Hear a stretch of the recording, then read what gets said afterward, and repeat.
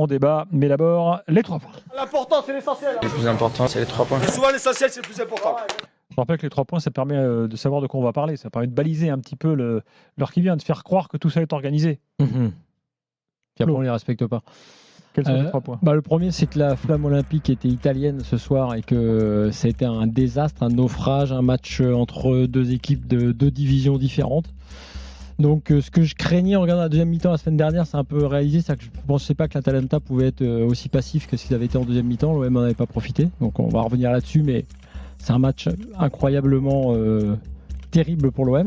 Et la deuxième, c'est la triste semaine pour les clubs français. Ouais. Parce que ça fait quand même 4-1 donc pour l'Atalanta contre l'OM, 2-0, donc 2 défaites sur les 2 matchs pour le PSG contre Dortmund, contre 2 clubs classés 5e de leur championnat quand même.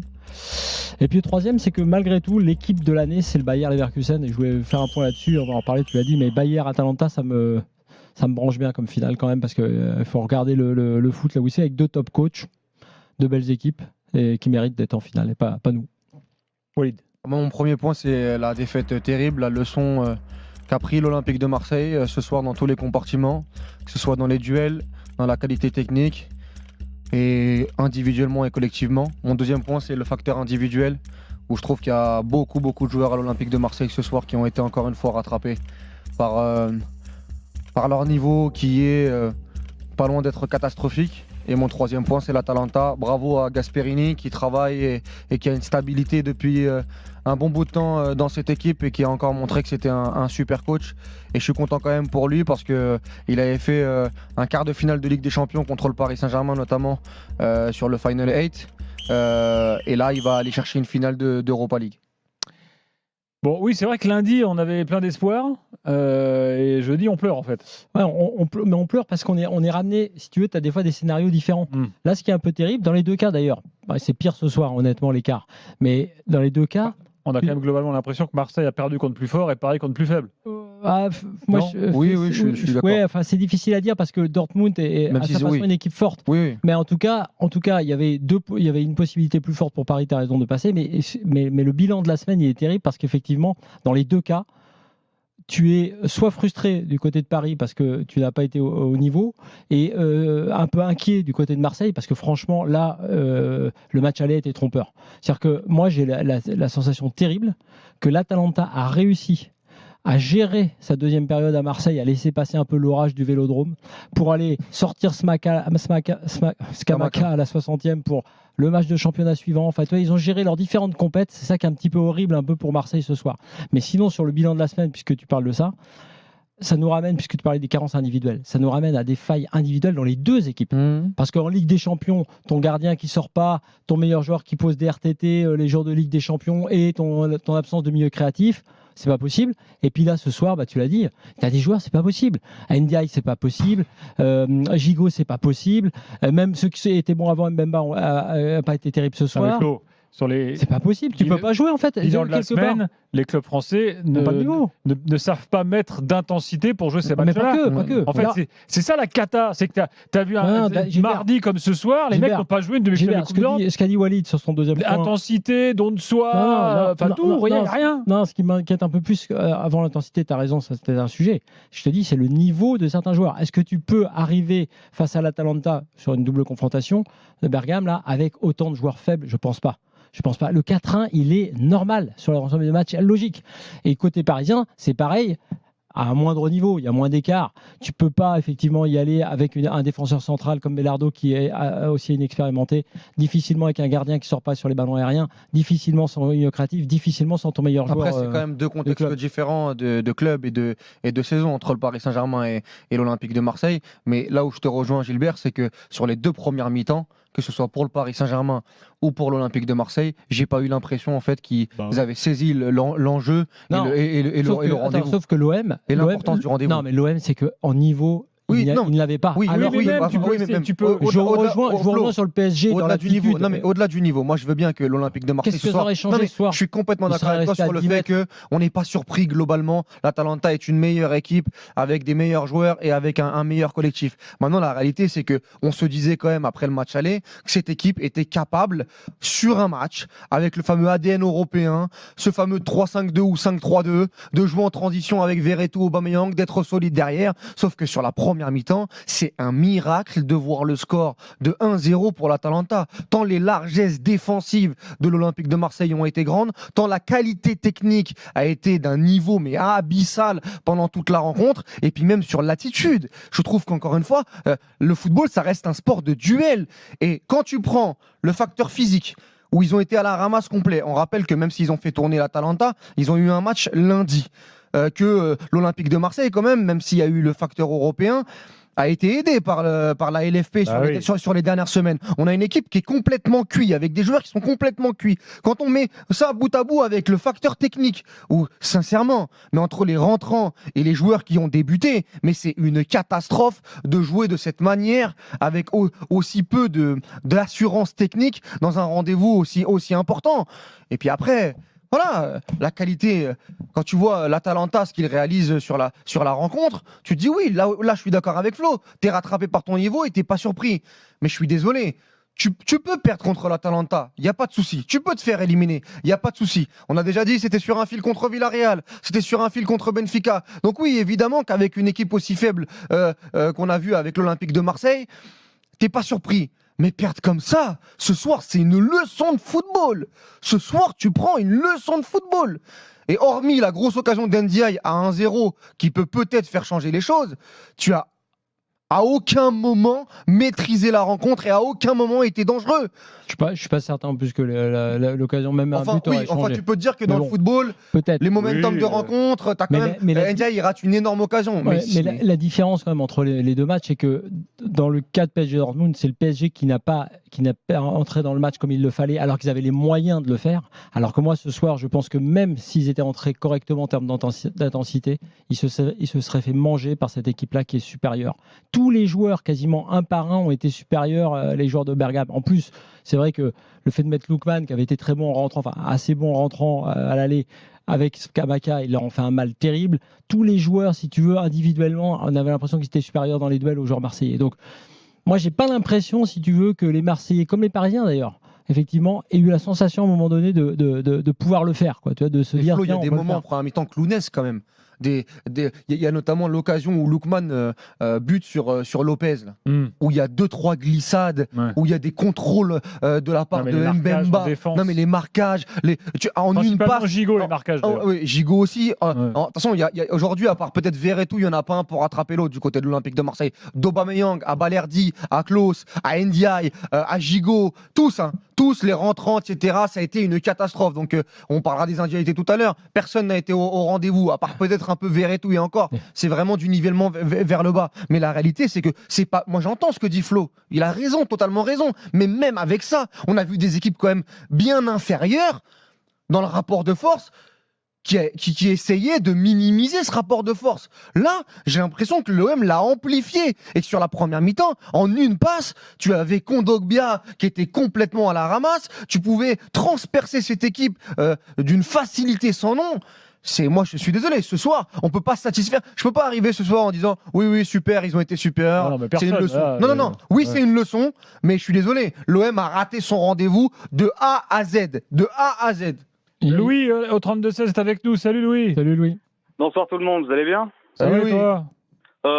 Ça pourra aller mieux, je vous avoue. La meilleure action marseillaise du jour, c'est quand Basile Boli a passé la flamme à Colette Cataldo, peut-être.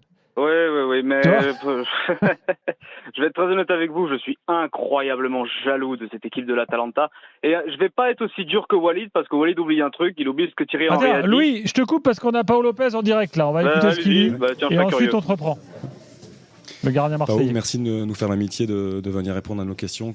Dans quel état d'esprit vous êtes? Quel est votre sentiment au sortir de cette large défaite ce soir? On est triste, on est déçu.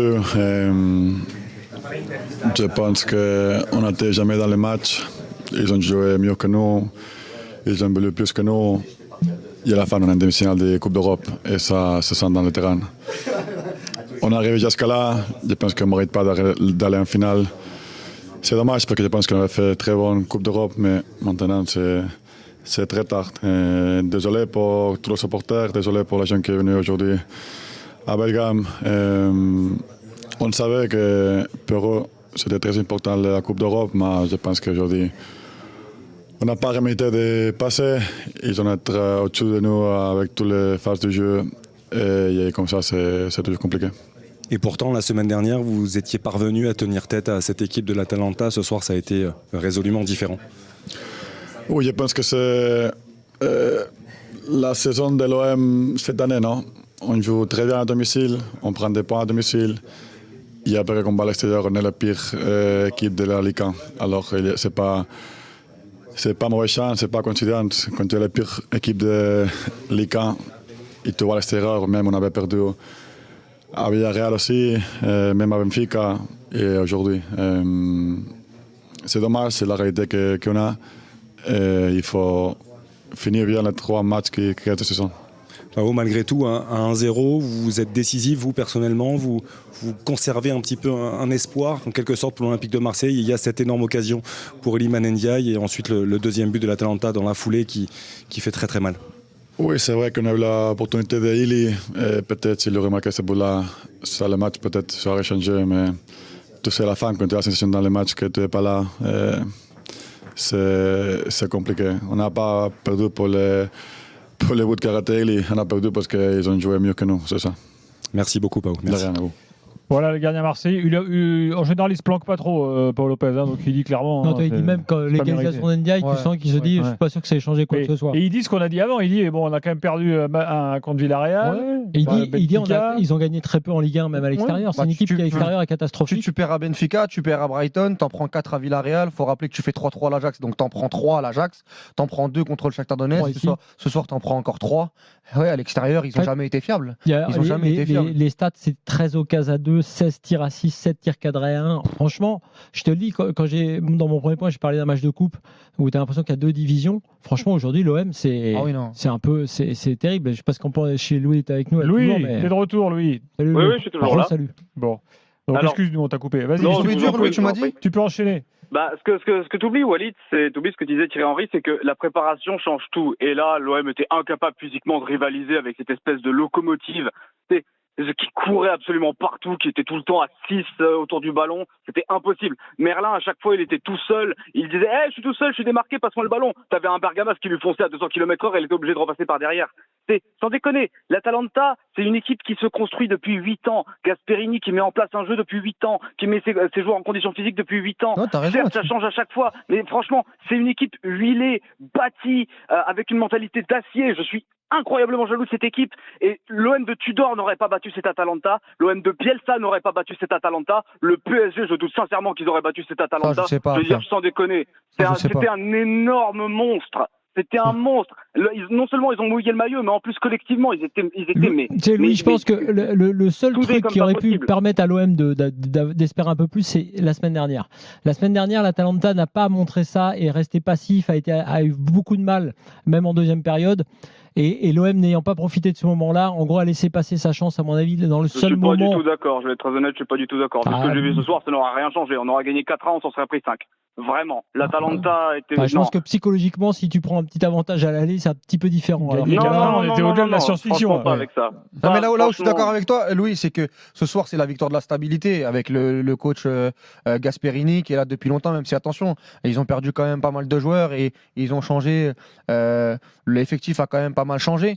Mais la réalité, c'est que oui, l'Atalanta, avec un coach qui a une manière de jouer bien précise, avec un pressing qui est constant, avec des schémas avec le ballon qui sont rodés. On n'a pas vu ça du côté de l'Olympique de Marseille. Après, quand tu changes 3 fois de coach dans la saison, quand tu vois les choix de Gasset ce soir, qui sont pour moi pas payants, et notamment dans sa lecture de match, oui, évidemment que l'Atalanta est bien meilleur. Mais maintenant, là où je pose la question, moi, et là, ça me dérange un peu plus, et en plus, tu as entièrement raison, c'est sur le facteur physique. Moi, je suis désolé, mais l'Atalanta, quand même, la Serie A, il y a 20 équipes, il me semble, non ? Ouais. cette équipe de l'Atalanta, elle n'a pas eu les aménagements que l'Olympique de Marseille a eu dans une Ligue 1 à 18. Elle est aussi en Non, finale mais de elle a Coupe eu une d'Italie. préparation à l'italienne.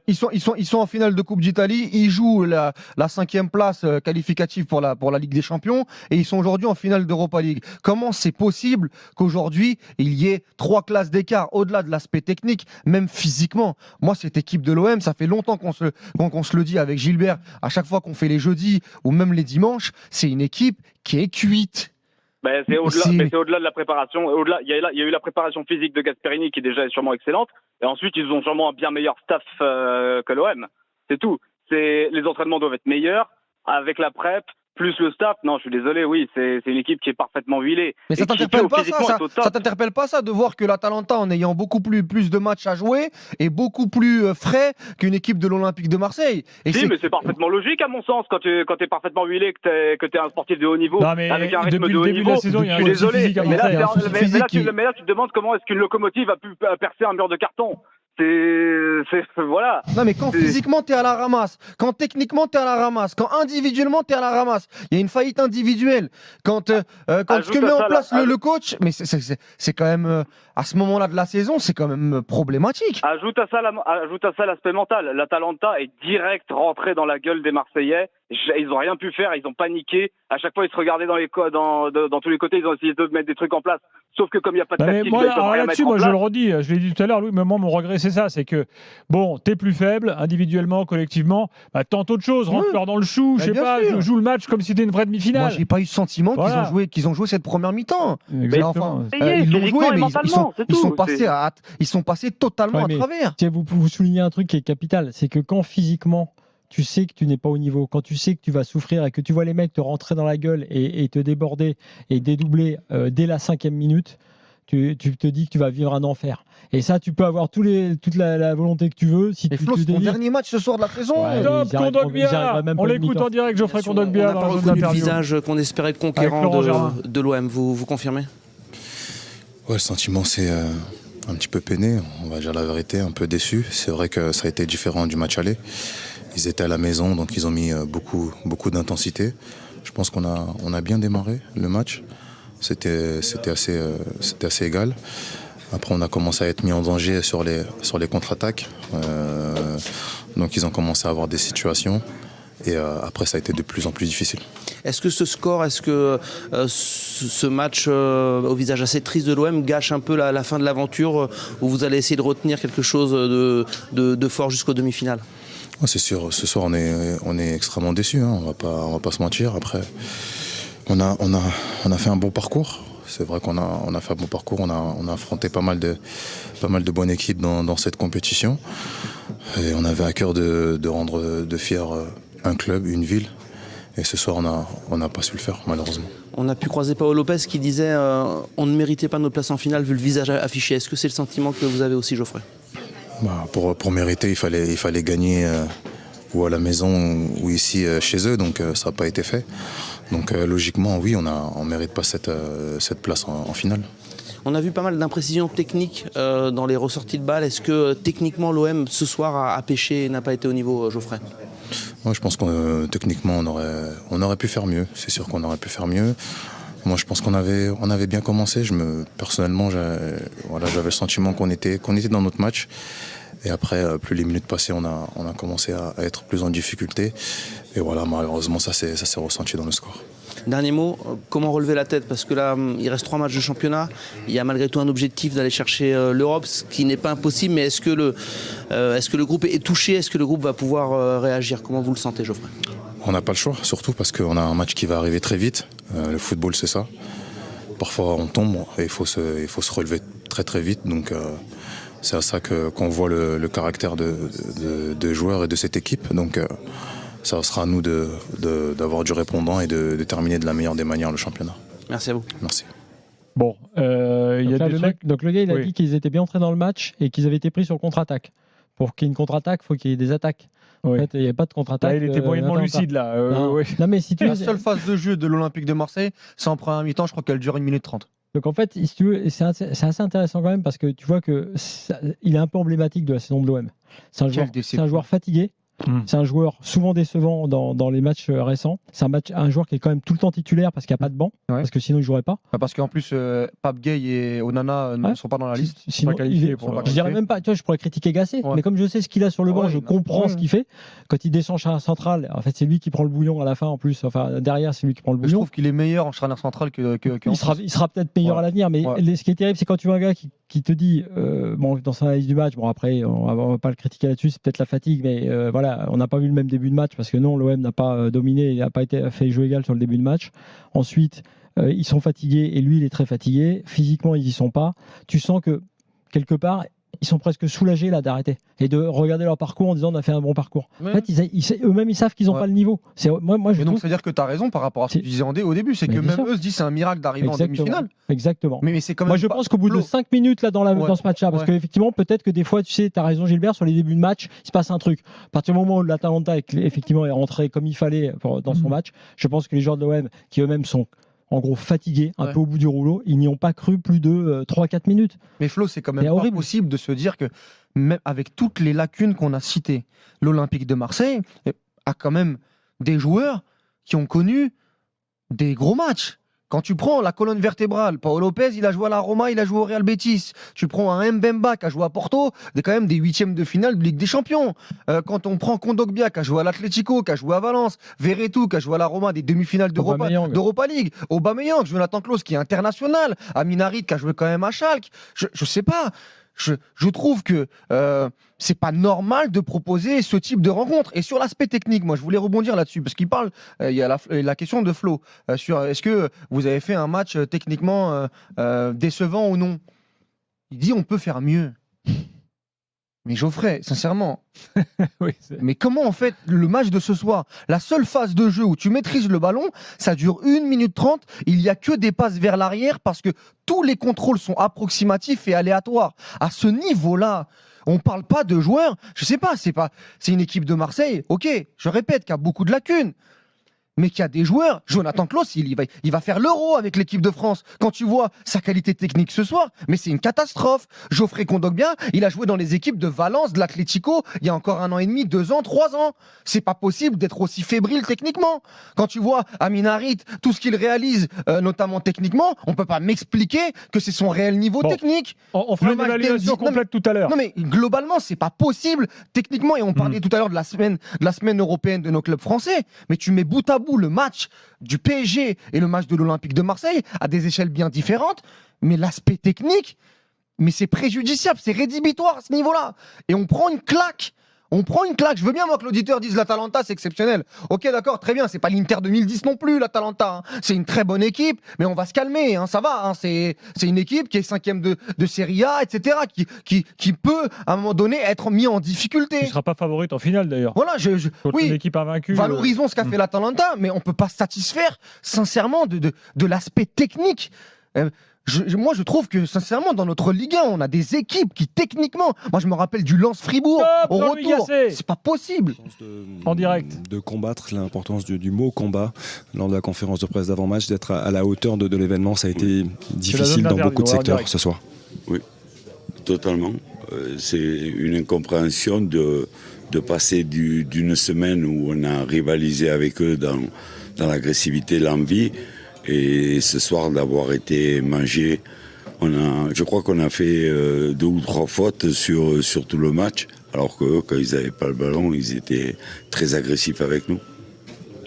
L'importance des duels dans ces matchs de haut niveau, vous parliez d'efficacité dans les duels aussi. J'avais dit, il faut répondre au combat, il faut être à égalité sur l'agressivité, et on a été bien en dessous.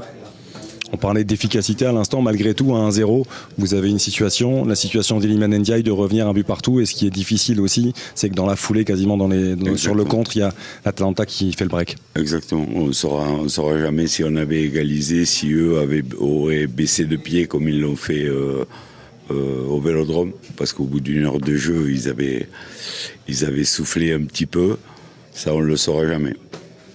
Et malgré tout, vous étiez encore en contact, il y avait toujours de l'espoir à 2-0, notamment même à 1-0, avec les arrêts de Paolo Lopez qui préservaient justement ces chances-là. Bien sûr, bien sûr. On a essayé, on a rentré les attaquants, pour créer un événement, pour revenir à 2-1. Malheureusement, on n'y est pas arrivé. Tout le monde doit être touché maintenant, il faut se remobiliser. Et sur le championnat, il reste 3 matchs pour aller chercher l'Europe. Il faut ne pas oublier ce qu'on a fait. D'accord, là on est déçus bien sûr parce qu'on a rêvé. On a rêvé de dire, même si on est cyclique, on peut faire un exploit à l'extérieur. On a 3 matchs de championnat. On a fait un parcours en Coupe d'Europe. Il s'arrête ce soir, mais il est très important que Marseille soit en Coupe d'Europe l'année prochaine. Et je demande à tout le monde de faire l'union sacrée parce qu'il reste 3 matchs et on a besoin de tout le monde. On vous le souhaite. Merci beaucoup Jean-Louis. Merci.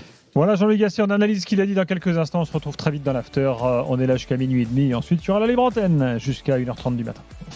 RMC jusqu'à minuit 30, l'after foot. Gilbert Bribois.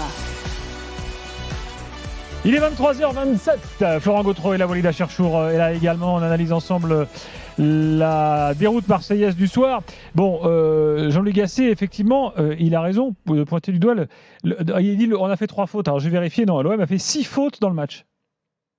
C'est vrai qu'en termes d'agressivité, ça te dit quand même beaucoup de choses. 6 fautes en demi-finale retour de Coupe d'Europe, alors que tu dois justement mettre une dimension physique et agressivité qui est... On a parlé de l'aspect technique, mais même les duels. C'est un sport de duel à un moment donné, le football. Je veux bien que l'équipe en face soit meilleure, bravo. On donne le match à l'Atalanta, bravo. Et non, c'est... les joueurs qui doivent apporter ça, Gigot, Mbemba, je l'ai trouvé en grande difficulté sur la première mi-temps. D'ailleurs, il est sorti, il est pas à 100%. Oui, je pense qu'il est, je pense qu'il est diminué. Gigot, plein axe, on peut pas se faire avoir comme ça. Il y a rien qui est protégé. L'axe Kondogbia-Gigot sur la première mi-temps, mais tu joues avec 2 plots, c'est la même chose. C'est la même chose. C'est pas normal. Alors juste quand même sur la suite, là, enfin, on détaillera un peu, mais comme Gasset en a parlé.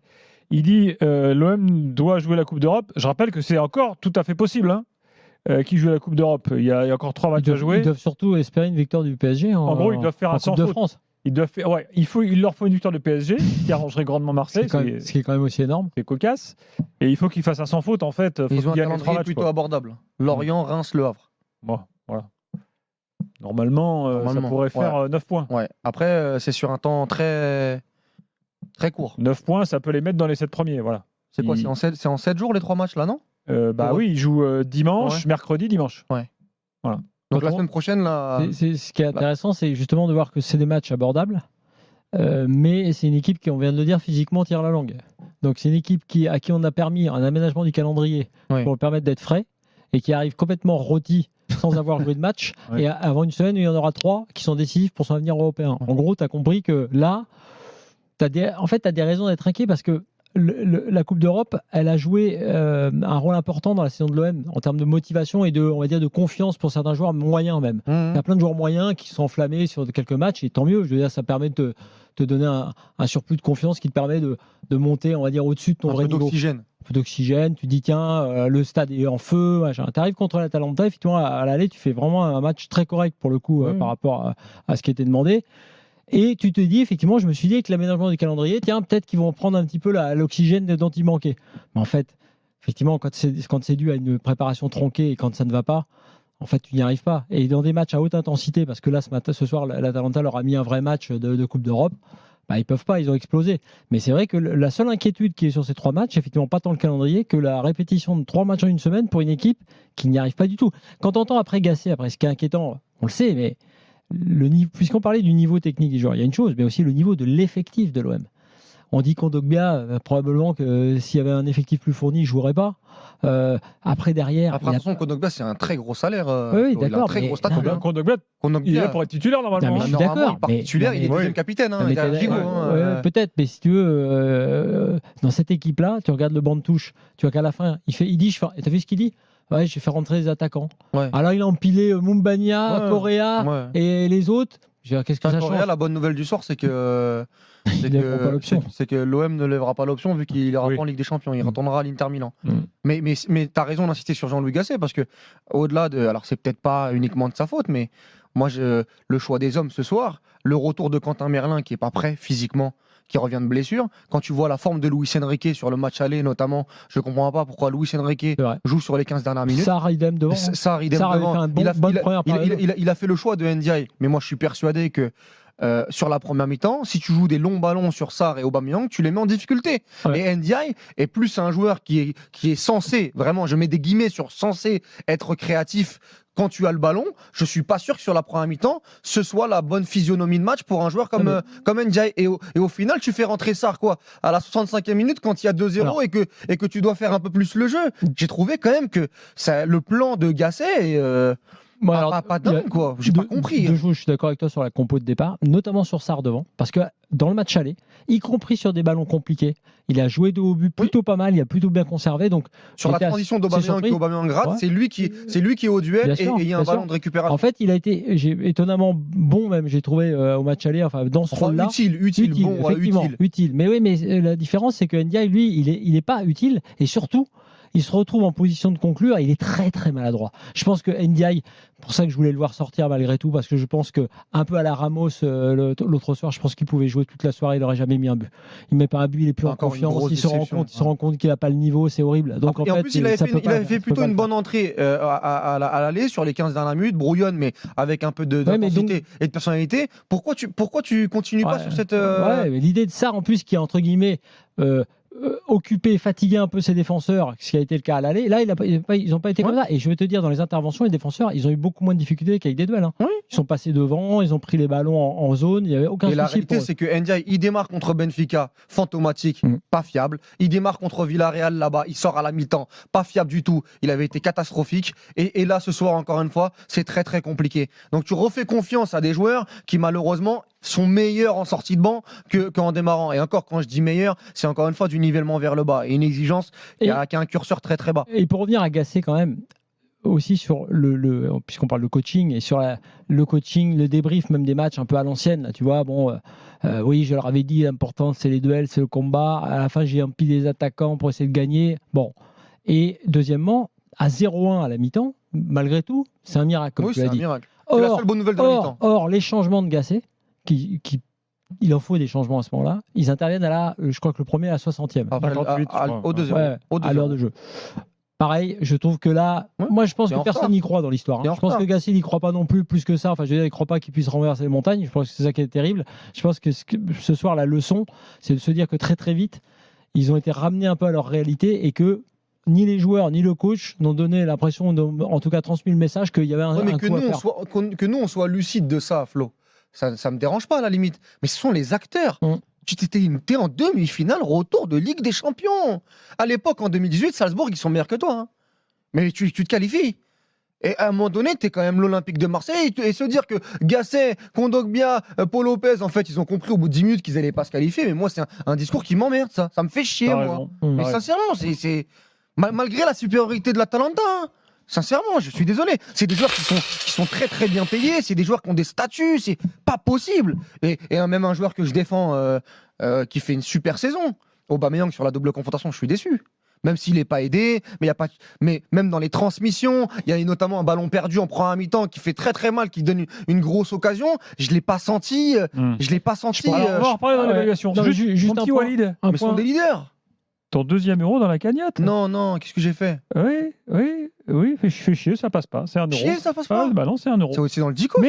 Mais je dois dire, c'est bon pour le transit, mais ça passe pas. Moi, je dois dire, Walid, que t'es plutôt sur une très belle saison, puisque la totalité de ta cagnotte s'élève à seulement 2 euros désormais. C'est-à-dire bravo, Walid. 1 centième de celle de Daniel. Voilà, Daniel, il en est à 77 euros. Heureusement qu'on ne le fait pas au Winamax FC, ça, parce que je pense que la cagnotte au Winamax FC, je pense que je devrais. Parce que là, tu te lâches un peu plus. Ouais, je me lâche un peu plus. Gilbert, je suis à combien pour savoir? Là, ici, il y a des adultes pour t'encadrer. Exactement. Là-bas, je fais un peu ce que je veux. Il y a des animateurs. Il y a Pascal, le grand frère. Voilà. Exactement. Et je suis à combien, Gilbert? Gautreau, 10 euros. 10 euros? Ouais. Ok. Non, Daniel, on peut payer en plusieurs fois. Voilà. Le rat. Précisons la performance de Stéphane Guy qui est à 30 euros, mais en 3 fois 10 euros de retard. Donc ça veut dire 0 insulte quand même.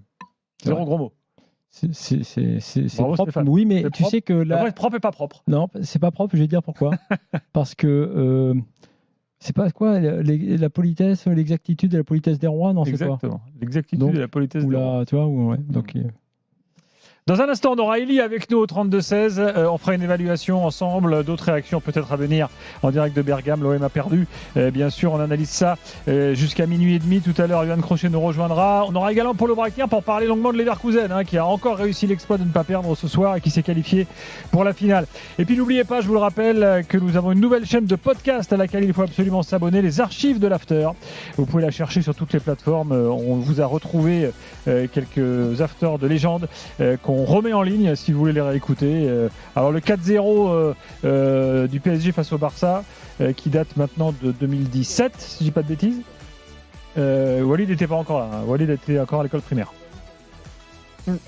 Ton micro, oui, tu disais. Premier point des 3 points donc de ce PSG-Barça. Ah, du PSG. PSG-Barça de 4-0. Ouais. PSG qualifié. Ah, d'accord. Bravo Florent. Moi, je me rappelle de la remontada, c'était Jérôme Roten avec fameux Daniel caca Grillo. culotte. Ouais. Non, caca culotte, c'est Manchester United. Il a pas. Je me rappelle très bien parce qu'à l'époque, vous étiez en télé à l'époque. Jérôme qui n'a pas tenu ses promesses parce que ce soir-là, à 4-1, il dit si le PSG ne se qualifie pas, je mange un rat. D'accord. On attend toujours. Eric okay. Dimeco l'a fait lui. Ah d'accord, il faudra lui rappeler. Mais je me rappelle parce que je crois que vous étiez sur RMC Sport News à l'époque où tout à fait. vous aviez la télé et je voyais les têtes de Jérôme et de Daniel. Ah, ce soir-là, c'était.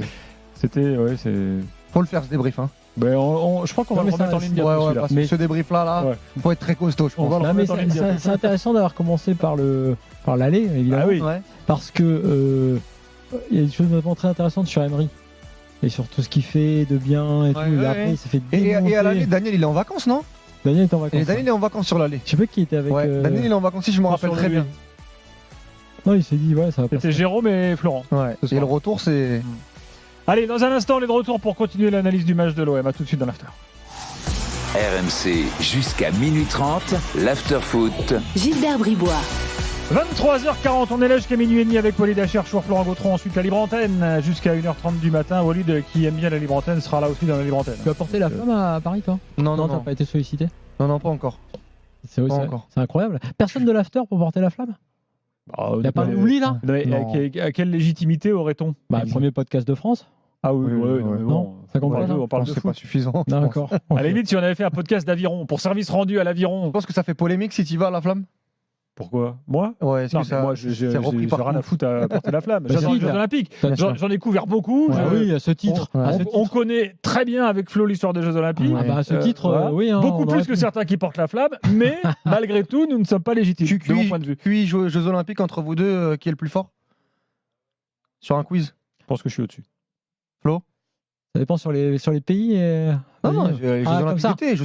Mais n'importe quel podium, n'importe quelle discipline. Le mec qui nous met tous d'accord, c'est Morgan Mori. Attention, Morgan, il te met d'accord sur. Sur 20 disciplines au moins. Non, mais il te met d'accord sur le moderne, là. Sur, tu vois, le 21e siècle. Oui. Je suis pas sûr que. Sur Bob Beamon, tu crois qu'il est pas là? Il te raconte 68. Tu crois qu'il est pas là sur Bob Beamon et Jesse Owens? Non, pas sûr. Ni qui te raconte l'épopée des nageurs australiens à Tokyo, par exemple. Je vais dire un truc à Walid. Sur 1930, la première Coupe du Monde. Ouais. Avec les Jeux Olympiques, t'as vu? Non, mais pour te lui dire un truc, tu vois, qui est mythique, mais qui est le premier buteur de la Coupe du Monde était un Français. Parce que tu le savais, Lucien Laurent. Et ben je l'ai interviewé. D'accord. Ça c'est quand même. Mais quel est le dire s'il est vieux le mec. Mais quel est le rapport? Mais lui, parce que Florent, je veux dire qu'il est vieux. Quel est le rapport avec les Jeux Olympiques? C'est te dire que tu vois un truc quand t'as couvert des tas de trucs comme ça, tu vois, c'est que t'as un peu de bouteille. Après, vas-y, pose une question parce que là, t'as pas fait. Non, j'en prépare.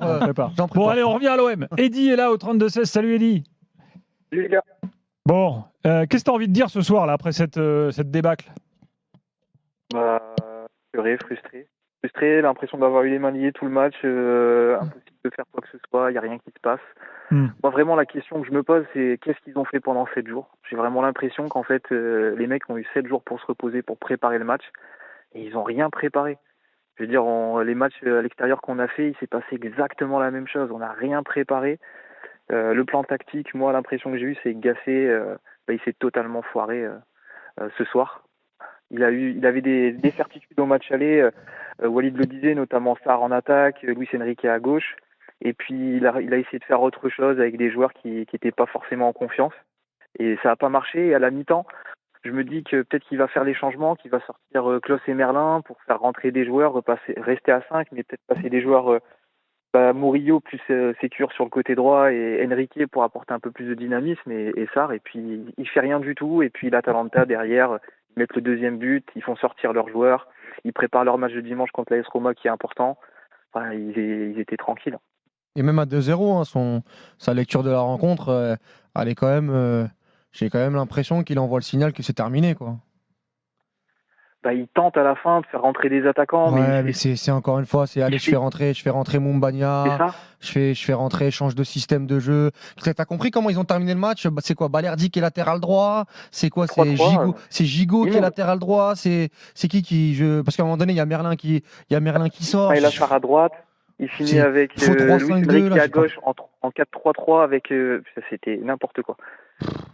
Non, mais les deux choix, là, Luis Enrique et Mumbagna à la 72e minute, ils arrivent quand même un peu tardivement. Mais bon, après, est-ce que ça aurait changé grand-chose? Je sais pas. Mais c'est vrai que tu as raison d'insister sur la semaine de travail, quoi. C'est que tu as eu un match aller. Qu'est-ce que tu fais comme plan au match retour?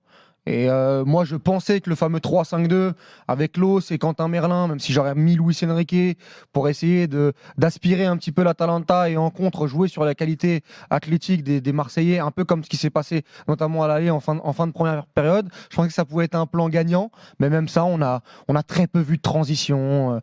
On a rien vu. Il y a deux choses, deux points sur lesquels je suis surpris parce que autant Gasset n'est pas à mon avis, pas un grand tacticien, quoi qu'on en dise, mais bon, voilà. Après, ça peut être un très bon coach à bien des égards. C'est bizarre parce que les gens du milieu te disent que tactiquement, avec Laurent Blanc, c'était un entraîneur qui. On l'a pas vu ce soir, mais oui. Après, rien que sur les joueurs et sur ce qui s'est passé à l'aller, effectivement, je suis surpris sur Luis Enrique et Sarr, sur ces deux points. Après, sur le reste, il faut reconnaître, et pour revenir à Aubameyang, puisque tu en parlais tout à l'heure, moi, je comprends aussi un peu, non pas de renoncer, mais la frustration pour un attaquant comme lui qui a fait vraiment le job dans la saison, d'être aussi mal entouré. Il y a beaucoup de frustration, je l'avais dit d'ailleurs, parce que j'étais au Vélodrome, je t'avais envoyé un message, Gilbert, que vous avez relayé. J'avais été frappé par son attitude pendant tout le match. C'est plutôt un gars qui est très correct, qui fait gaffe, c'est pas le gars qui va pourrir tout le temps ce partenaire. Il était souvent dégoûté. Ce soir encore, là il revient, il fait des fautes de dépit, parce qu'en fait, il est obligé de revenir à 80 mètres de son but. Donc oui, c'est vrai, il n'a pas été génial là, ce soir, mais il n'est jamais servi. Il n'est jamais servi. Et on sait que lui, s'il est servi, il peut te mettre quand même un but après sur une tête ou sur un exploit. Il a aussi une énorme occasion qui doit mais bon, tu vois, lui mettre la pression sur la seule occasion face à face qu'il a raté effectivement de la saison, c'est vrai que c'est un de ses ratés. Moi, je dis que sur la totalité de ces deux matchs, Stop, info Fabrice Hawkins, qui n'a rien à voir, mais elle vient de tomber, donc on y reviendra un peu plus tard. Ce soir, Fabrice nous fait savoir que Kvaratskhelia est la priorité de Luis Enrique pour remplacer Mbappé. Ok, attention aux joueurs du Napoli quand même qui ont fait une grosse saison l'année dernière. On en parlera avec Yoann Crochet tout à l'heure. Ils sont un peu en méforme, même si Kvaratskhelia reste un super joueur. Mais Willy Sagnol va le faire briller à l'Euro. Moi, vous connaissez mon chouchou à gauche, que j'aimerais avoir au Paris Saint-Germain. Il est à Liverpool, il s'appelle Luis Diaz, mais ça va être très très dur d'aller le chercher. Bon, mais on reviendra sur cette info tout à l'heure. Mais pour revenir très rapidement sur Aubameyang, c'est très dur en fait, Flo, parce que sans lui, tu joues pas ce match-là ce soir. Mais en même temps, sur la double confrontation, je répète, il y a cette occasion-là, et même techniquement, dans certaines passes, dans d'autres jeux pour essayer de faire ressortir le bloc, je l'ai trouvé vraiment en grande difficulté. Et pourtant, moi, je l'ai beaucoup défendu cette saison, mais il y a un devoir d'honnêteté là-dessus. Mais en même temps, tu l'as dit, si on critique Aubameyang, qu'est-ce qu'on doit dire des joueurs autour? Qu'est-ce qu'on doit dire de Harit? Qu'est-ce qu'on doit dire de Ndiaye? Parlons des bons joueurs. Parlons des bons joueurs parce qu'on a parlé de ceux qui techniquement ont des difficultés, des insuffisances, et là c'est la politique de recrutement du club qui va être en cause. Mais parlons des bons joueurs parce que Harit est un bon joueur. Parce qu'on va pas dire un jour c'est un bon joueur puis maintenant il a acheté à la poubelle.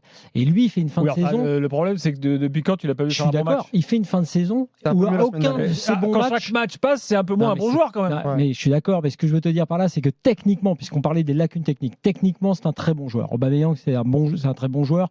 Et Unai, on espérait que ce soit un bon joueur. Ces gars-là n'ont rien apporté à ce niveau-là. Aujourd'hui, encore Harit, il fait quelques c'est souvent il y a des trucs, mais au final, tous les mauvais choix, au final, ça donne pas grand-chose. Bon choix. Et surtout, il n'a pas d'impact. À un moment donné, les mecs, tu as parlé d'impact et de duel et de physique. Tu peux pas faire une carrière au plus haut niveau si tu. T'as vu comment ça s'est passé Ligue des Champions? Il réclame la faute au début du match, puis l'arbitre il regarde et non, ça joue. Europa, mon copain. Et donc qu'est-ce qui s'est passé après? Ils ont arrêté de réclamer, mais ils se sont rendus compte. C'est pour ça que je te dis que dans les duels, ils ont compris tout de suite qu'ils allaient se faire manger. C'est-à-dire que non seulement ils sont fatigués, Mais en plus, en termes d'impact, tu as envie de dire à Harit et Unai, mais vous n'y arriverez jamais. Non, mais tu peux ça se passe rajouter comme ça. Ndiaye là-dessus. Hein. Parce que sur la première mi-temps, Ndiaye et Harit, là, tu as raison. Sur Harit, il a une qualité, c'est les prises de balles. Toutes les prises de balles, ils sont tout le temps réussis. Le problème, c'est les choix derrière. Et comme tu l'as dit, il y a très peu d'impact dans les 25 derniers mètres. Ouais, puis C'est qu'encore une fois, si Aubameyang il est pris, si Aubameyang il est pris, à un moment donné, essayez les gars de tirer votre épingle du jeu sur le fait que beaucoup de joueurs vont défendre sur Aubameyang. Allez-y, ayez de la personnalité, à un moment donné, une frappe, quelque chose. Bah oui, et tu sens que dans les 25 derniers mètres, c'est timide, c'est léger, c'est frêle sur les duels et au très très haut niveau. Regarde Lookman ce qu'il fait ce soir. Tout n'est pas parfait, mais le mec qui rentre dans la surface de réparation, il y a un truc, il se passe quelque chose, il y a une menace, et c'est encore une fois, c'est trop léger, trop léger à ce niveau-là. Klose, la même chose, hein. Klose, c'est la même chose. Ce soir, je suis ultra déçu de son match. Eddy, tu veux rajouter un truc? Non, il n'y a pas forcément grand-chose à rajouter. On voit pas de personnalité dans les 25 derniers mètres. Combien de fois on a vu des situations où on arrive en contre-attaque, on repasse le ballon derrière alors qu'on est dans des situations où on doit aller chercher des buts, quitte à tenter. En fait, on a vu qu'il n'y a aucun joueur qui a pris l'initiative. Et vous parliez d'Aubameyang, moi je vais en parler juste 2 minutes, mais moi franchement ce soir je peux pas lui en vouloir. Le mec il a pas touché un ballon, il touchait les ballons à 10 mètres de ses cages, il a fait que défendre. Après, on l'a vu s'agacer à plusieurs reprises contre Harit et Ndiaye. Hein. Honnêtement, je comprends qu'à un moment donné, ne pas avoir une balle dans les pieds, dans la profondeur, sur la tête, rien. Il n'y a pas eu un dédoublement. Il n'y a pas eu une en fait. Et le seul joueur au milieu qui est terrible parce qu'il a battu un boulot de dingue, il est complètement cramé, c'est Vertou.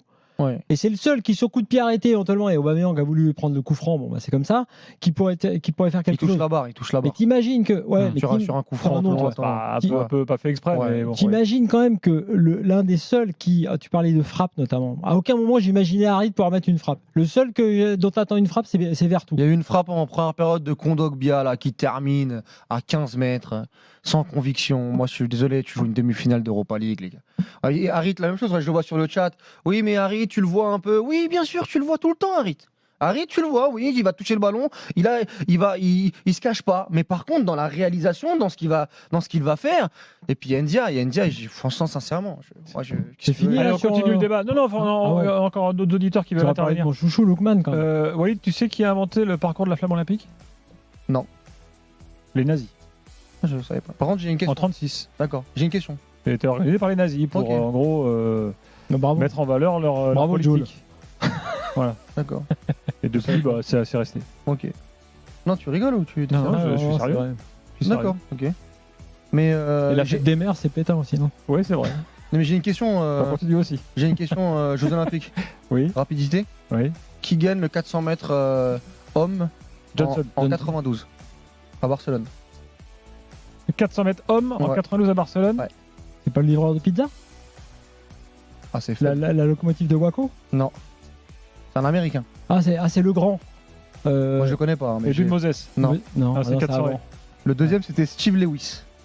Et le premier, c'était Quincy Watts. Ah, Quincy Watts. Je vous ai collé, Ouais, mais Walid, après, l'histoire olympique, moi. Parle-moi des Jeux antiques, de comment ça se passait, de millions de protones. C'est 92. À l'époque, tu vois de comment ça se passait. Par exemple, le 400 mètres femmes, vous l'avez le 400 mètres femmes? Mais toi, tu veux juste qu'on te sorte les podiums en fait. Voilà, c'est Pérec. Ouais, il avait d'accord. Tu m'as pas donné, Gilbert. Mais 400 mètres, c'est quand même. C'est l'histoire de l'olympisme qui nous intéresse, c'est pas accumuler les podiums. Moi, j'en ai rien à secouer de savoir qui est la médaille d'or du tir à l'arc. Non, mais là, Sébastien Flûte. Là, c'est pas le tir à l'arc, c'est 400 mètres. 400 mètres, c'est une belle. 400 mètres, c'est une belle. C'est une belle. 92, Sébastien Flûte d'ailleurs. Est-ce que c'est l'or ou est-ce que c'est. Peut-être pas l'or. Peut-être pas l'or. Je crois que c'est l'or. Ah bon? Ouais. Flûte et l'or. Et. 200 mètres homme. Attends, 200 mètres homme en 92. Le 200 mètres homme. Ouais. Ah, c'est bon ça. Ah, vous l'avez pas, 200 mètres homme. Ah, si tu tapes sur Google, c'est pas.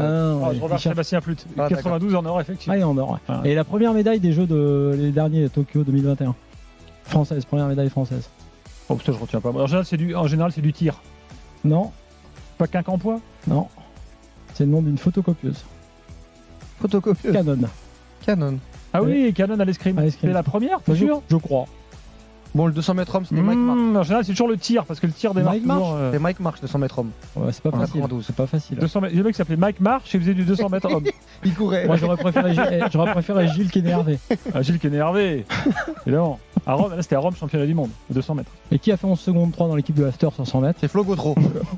On l'attend sur les preuves. Le Et mytho. c'est ce qui sort quand les gens lui disent ouais, prouve-nous que t'as fait 2 secondes sur Ouais, il dit bah, toi, prouve-moi que je l'ai pas fait. C'est Ouais, extraordinaire. Prouve-moi que je l'ai pas fait. Il y a un gars l'autre C'est fois. dingue ça. Non, je dis aussi, je précise quand même, et je précise à chaque fois Je que fais c'est. 500 jongles du droit. Non, c'est 11 Prouve-le. Prouve-moi que je le fais pas. C'est 11 secondes 30, c'est 11 secondes 30 quand même, c'est pas 11 secondes 03, Walid. Ah ouais, bon. Je suis honnête. Ah, d'accord. Voilà, c'est 11 30. À quel âge tu On fais a ça gagné 27 centièmes. Allez, à tout de suite dans l'after. RMC jusqu'à minuit 30, l'after-foot. Gilbert Bribois. 23h55 avant les drôles de l'âme qui arrivent. On a avec nous, outre Florent Gautreau et Walid Acharchour, bien sûr, Florian qui est là, supporter de l'OM. Salut Florian. Salut, bonjour à tous. Bon, Salut, je crois que tu Florian. voulais pousser un petit coup de gueule là. Ouais. Bah, en fait, déjà, par rapport au match de ce soir, déjà complètement dégoûté. Dégoûté parce que un match dégueulasse. Honnêtement, il n'y avait pas un pour attraper l'autre. J'avais l'impression d'avoir une équipe de district. C'est-à-dire qu'il n'y en avait pas une pour un. Et pourtant, vous l'avez dit tout à l'heure, hein, on a des mecs qui ont joué des matchs internationaux, qui sont censés être des joueurs de classe internationale, Aubameyang, Klose, Kondogbia, Verretou, dans quand même une classe un petit peu en dessous, mais admettons. Et puis, pour dire un mot là-dessus, j'ai entendu tout à l'heure, on parlait d'ADN européen, de résultats sur un match ou quoi que ce soit. Avec ces joueurs-là, cette tactique-là, cette attitude-là, il n'y a pas à chercher, quoi. Puis Ndiaye, tu vois, il rate une occasion inratable en demi-finale de Coupe d'Europe. Il doit faire le mec, mieux, tu le regardes, il sourit et il repart en marchant, quoi. C'est complètement désabusé. Puis le coup de gueule, c'était sur la gestion du club, moi, que je voulais le passer, parce que honnêtement, il y a des choix de recrutement qui sont faits. T'as 5 entraîneurs en 3 saisons. Tu dégages des mecs comme Guendouzi, comme Payet, pour les remplacer par qui, par quoi, en fait? C'est par Ndiaye, par Sarr, par Kondogbia. Je comprends pas comment tu veux prétendre à jouer les premiers rangs en Ligue 1 ou même en Europe, admettons, avec ces choix-là, quoi. Donc à un moment donné, si c'est un problème d'actionnaire, qui se casse, quoi, parce qu'on en a marre. Oh, je suis pas sûr que ce soit McCourt le problème. Hein. Est-ce que c'est pas plutôt un problème de ceux qui recrutent? Ouais, parce que en l'occurrence, là pour le coup, non, mais parce qu'à un moment donné, c'est un problème de masse salariale. Excuse-moi, quand tu dégages un Payet, quand tu dégages Guendouzi, quand tu dégages Alexis Sanchez, quand tu dégages tous ces mecs-là et que tu les remplaces par des gains, c'est pourquoi? C'est pour faire des économies d'oseille. À un moment donné, moi, je vois que ça. Enfin, oui et non, parce que quand tu vois les salaires qu'on donne à certains, type Kondogbia, type Coréen, et type Coréen, il n'y a pas tant d'économies que ça, en fait. C'est pas méchant, mais c'est des choix que Aubameyang, énorme salaire. Énorme salaire, Aubameyang. Ouais, si, mais bon, tu regardes. En Europa League, il te l'a quand même rendu, mais. Ouais, mais si tu veux, c'est cyclique à l'OM. Tu regardes sur les 20 dernières saisons, je veux dire, il y a eu des périodes sur les 20 dernières années, si tu gardes tes joueurs, à un moment donné, tu peux avoir l'une des meilleures équipes d'Europe. Tu regardes entre 2005 et 2012, t'as moyen à un moment donné d'avoir en attaque Ribéry, Drogba, Nasri.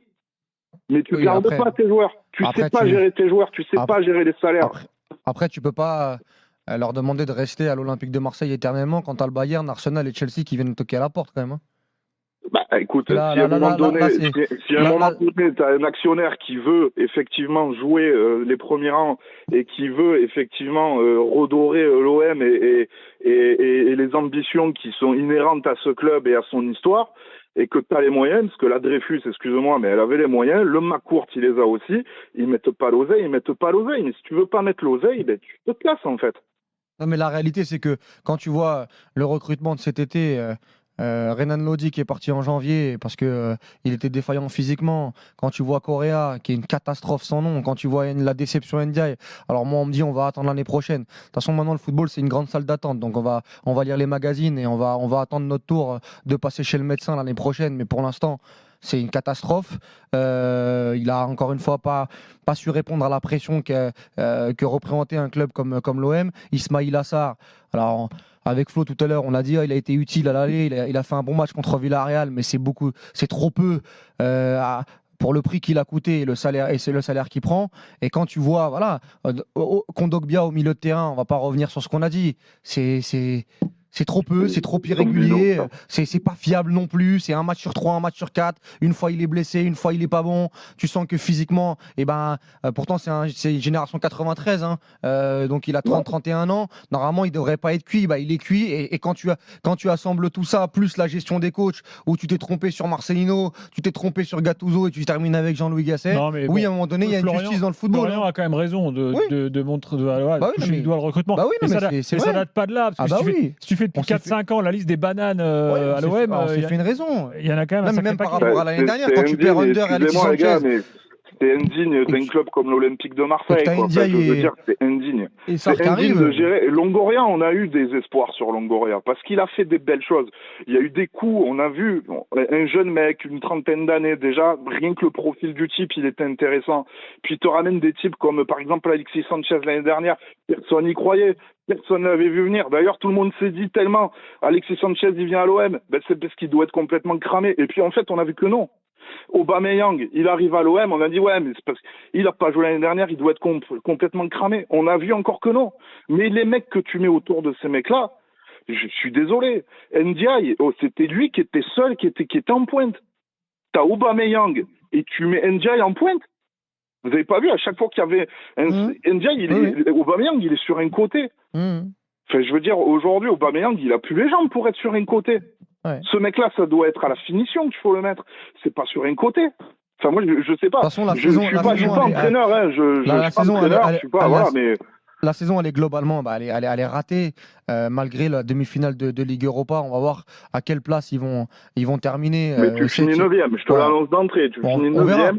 On verra, mais il y a une grosse remise il y a une grosse remise en question à avoir. Moi, j'espère que le duo Longoria-Benatia, parce que j'ai encore espoir que ce sont deux mecs compétents et qui connaissent le football pour relever, notamment avec le choix du coach qui pour moi va être primordial l'année prochaine, surtout si tu prends Fonseca. Mais le gros problème, c'est que même avec leur vision, avec cette saison-là, il va y avoir un manque à gagner qui va être énorme et je suis pas sûr que financièrement tu puisses repartir sur des recrues très intéressantes pour l'Olympique de Marseille sur l'année prochaine.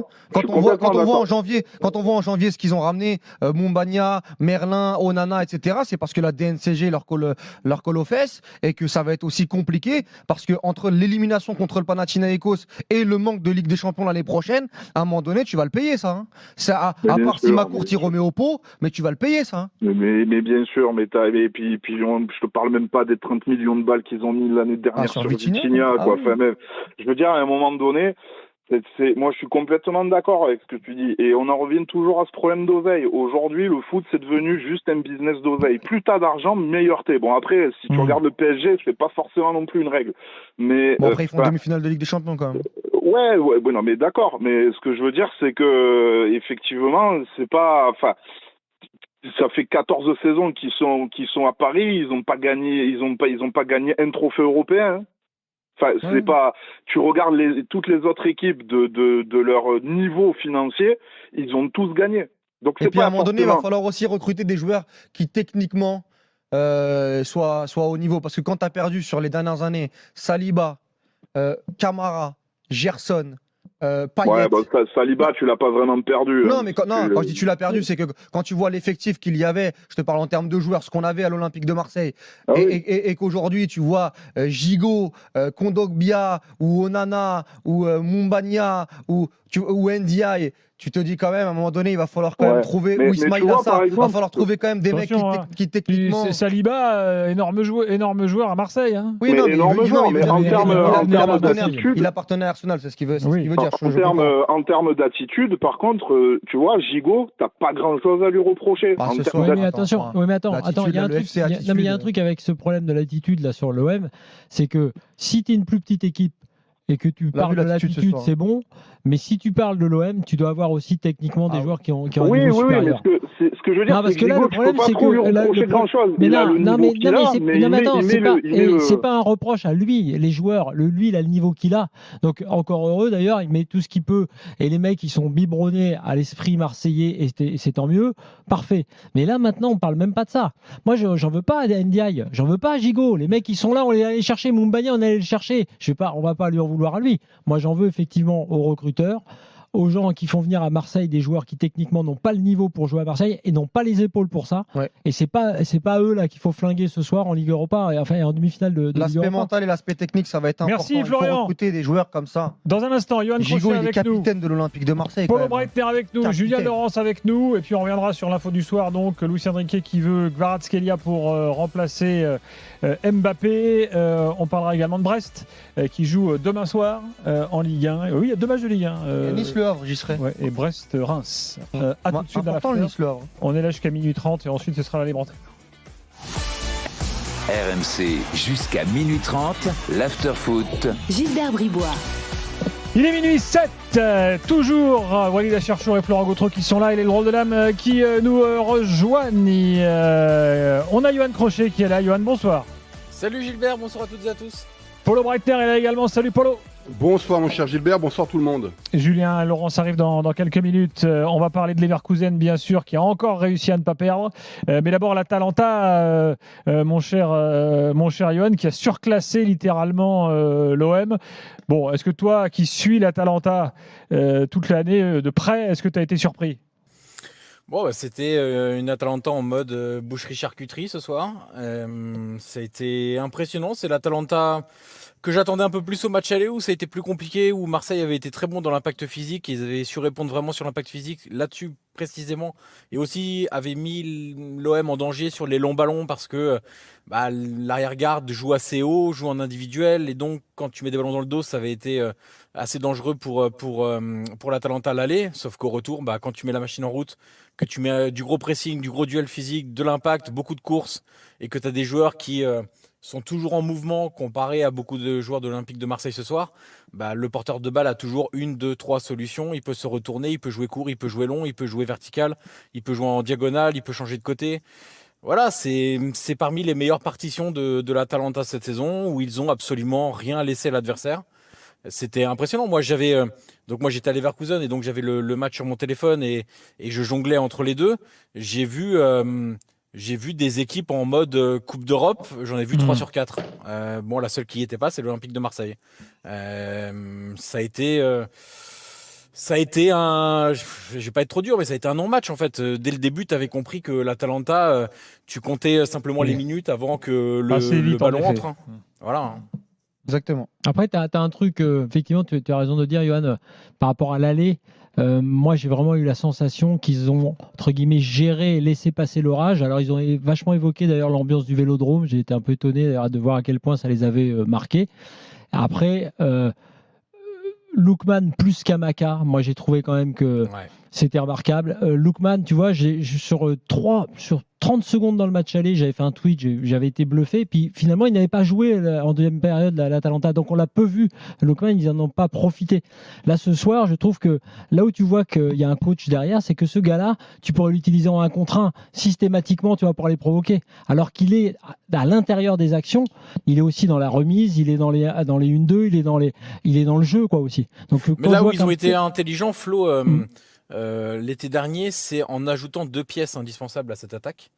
Donc Scamacca et De Ketelaere, parce que finalement, quand tu ajoutes à Scamacca, De Ketelaere, Lookman, El Bilal Touré, Miranchuk, tu as une panoplie de joueurs qui te servent selon un peu toutes les configurations des adversaires. C'est-à-dire, tu as un organisateur qui joue un petit peu avancé, très belle technique, très fin techniquement, De Ketelaere. Tu as un numéro 9 à l'ancienne qui est capable de jouer dos au but, qui a des coups de classe, je le répète à chaque fois, mais parce que ça me fait un peu marrer et j'adore un peu les comparaisons, mais il a des gestes, je parle que de gestes, pas de niveau ni de carrière, de Zlatan. La capacité à frapper, arrêter, la capacité à frapper en extension, la capacité à marquer dans le jeu aérien, à être parfois de manière totalement désarticulée, à récupérer des ballons impossibles. Vous avez aussi Miranchuk qui ressemble plus au profil de Ketelaere, mais De Ketelaere est beaucoup plus talentueux. Vous avez Lookman qui est un genre de 1 contre 1. Donc quand tu ajoutes un peu tout ça, du 1 contre 1 et de la vitesse, du numéro 9 en pivot avec des coups d'éclat, de l'organisateur à la De Ketelaere et un Miranchuk qui complète un peu tout le monde, quand tu as des adversaires, tu peux choisir. Quand tu es Gasperini, si l'adversaire il défend bas, tu choisis un type d'attaque. Si l'adversaire il joue très haut, tu choisis un autre type d'attaque. Et ouais, c'est un peu le luxe de l'Atalanta avec pas beaucoup d'argent, mais quand tu recrutes intelligemment et que tu mets tes joueurs au service de l'entraîneur avec des profils très précis, ça donne une sorte de, ce que disait la presse italienne, c'est une sorte de partition parfaite tout simplement. Et je sais que tu es d'accord avec ça, mais J'insiste sur Scamacca et sur le profil, effectivement. Ce genre de joueur-là, ce profil-là, t'en as pas tant que ça au bout du compte là sur la planète foot. Ce qui fait que comme en plus, il est loin d'être maladroit, qu'il est puissant, qu'il a une forme de technique à lui qui est assez impressionnante. Moi, je trouve que ce genre de joueur, parce qu'il est rare, est particulièrement intéressant. Parce que les autres types que tu as décrits sont très bons, mais tu les as ailleurs. Enfin, tu peux les voir. Moi, je trouve Ça a que été un bon choix de revenir en Série A après West Ham. Bah, je sais pas si vous vous souvenez, dans l'after, quand le transfert avait été officialisé tu me au l'avais mois dit, d'août, j'avais expliqué, vous verrez, Scamacca, dans un an, il est de retour parce que le kick and rush façon David Moyes, où tu n'as même pas besoin d'enlever les boîtes à chaussures parce que de toute façon, tout ça avec la tête, ça va pas l'intéresser très longtemps en fait.